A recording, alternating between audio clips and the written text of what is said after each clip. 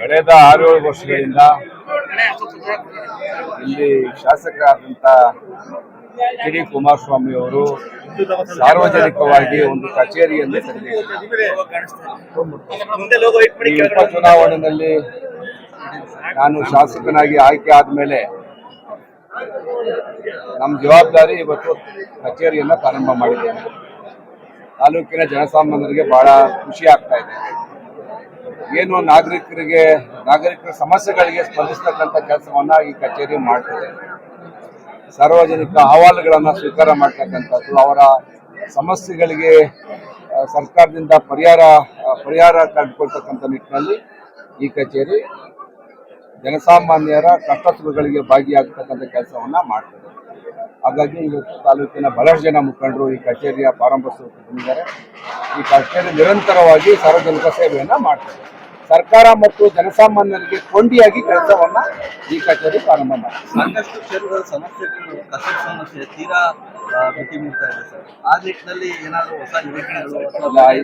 ಈಗಾಗಲೇ ನಾನು ನಗರಸಭೆಯ ಗೌರವಾನ್ವಿತ ಸದಸ್ಯರು ಕಮಿಷನರ್ಗೆ ಸಭೆ ಮಾಡಿ ಕಸಕ್ಕೆ ಮುಕ್ತಿಯನ್ನ ಕೊಡಬೇಕು ಅಂತೇಳಿ ಕಸವನ್ನ ವೈಜ್ಞಾನಿಕವಾಗಿ ವರ್ಗೀಕರಣ ಮಾಡೋದು ಮತ್ತು ಅದನ್ನು ವಿಲೇವಾರಿ ಮಾಡ್ತಕ್ಕಂಥ ವೈಜ್ಞಾನಿಕವಾಗಿ ಅದಕ್ಕೆ ಇವತ್ತು ಪರಿಹಾರ ಕಂಡುಕೊಡ್ತೀವಿ. ಇಲ್ಲಿ ತನಕ ಸಮಸ್ಯೆಯಾಗಿ ಅದಕ್ಕೆ ಜಾಗವನ್ನು ಗುರುತು ಮಾಡಿದ್ದೀವಿ.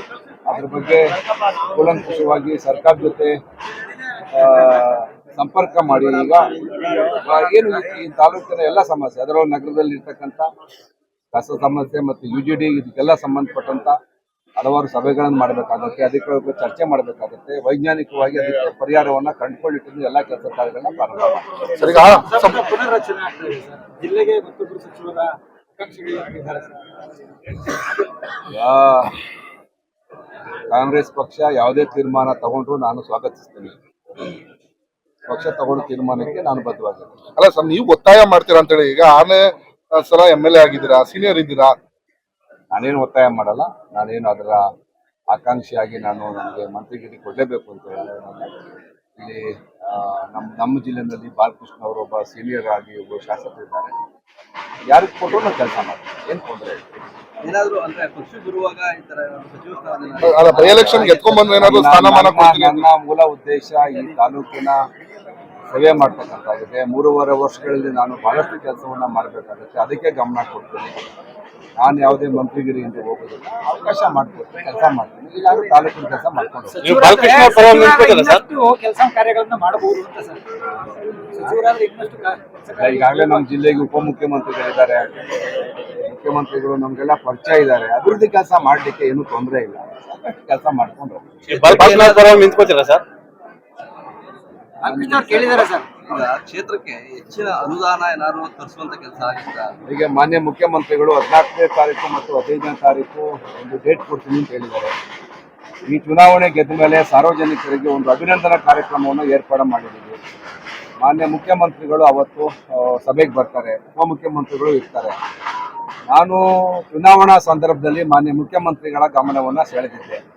ತಾಲೂಕಿನಲ್ಲಿ ಅತಿ ಹೆಚ್ಚು ನಾವು ಹಾಲು ಉತ್ಪಾದನೆ ಮಾಡ್ತೀವಿ. ರಾಮನಗರ ಜಿಲ್ಲೆ ರಾಜ್ಯದಲ್ಲಿ ಅತಿ ಹೆಚ್ಚು ಹಾಲು ಉತ್ಪಾದನೆ ಮಾಡ್ತಕ್ಕಂಥ ಜಿಲ್ಲೆ. ಚನ್ನಪಟ್ಟಣ ತಾಲೂಕು ಒಂದು ತಾಲೂಕಾಗಿ ಇಡೀ ರಾಜ್ಯದಲ್ಲಿ ಅತಿ ಹೆಚ್ಚು ಹಾಲು ಉತ್ಪಾದನೆ ಮಾಡ್ತಕ್ಕಂಥ ತಾಲೂಕು. ಹಾಲಿನ ದರವನ್ನು ಹೆಚ್ಚಿಗೆ ಮಾಡಬೇಕು, ಹಾಲು ಉತ್ಪಾದಕರಿಗೆ ತೊಂದರೆ ಆಗ್ತಾ ಇದೆ ಅಂತ ನಾನು ಮಾನ್ಯ ಮುಖ್ಯಮಂತ್ರಿಗಳು ಗಮನ ಸೆಳೆದಿದ್ದೆ. ಅದನ್ನು ಬೆಳಗಾವಿ ಅಧಿವೇಶನದಲ್ಲಿ ನಮ್ಮ ಹೈನುಗಾರಿಕೆ ಸಚಿವರನ್ನ, ಸಹಕಾರಿ ಸಚಿವರನ್ನ, ಮಾನ್ಯ ಮುಖ್ಯಮಂತ್ರಿಗಳನ್ನ, ಉಪಮುಖ್ಯಮಂತ್ರಿಗಳ ಗಮನ ತಂದು ನಮ್ಮ ರೈತರಿಗೆ ಒಂದು 5 ರೂಪಾಯಿ ಹೆಚ್ಚಿಗೆ ಹಾಲಿಗೆ ಬೆಲೆ ಕೊಡ್ತಕ್ಕಂಥ ಪ್ರಯತ್ನವನ್ನು ನಾನು ಮಾಡ್ತೀನಿ. ಧನ್ಯವಾದಗಳು.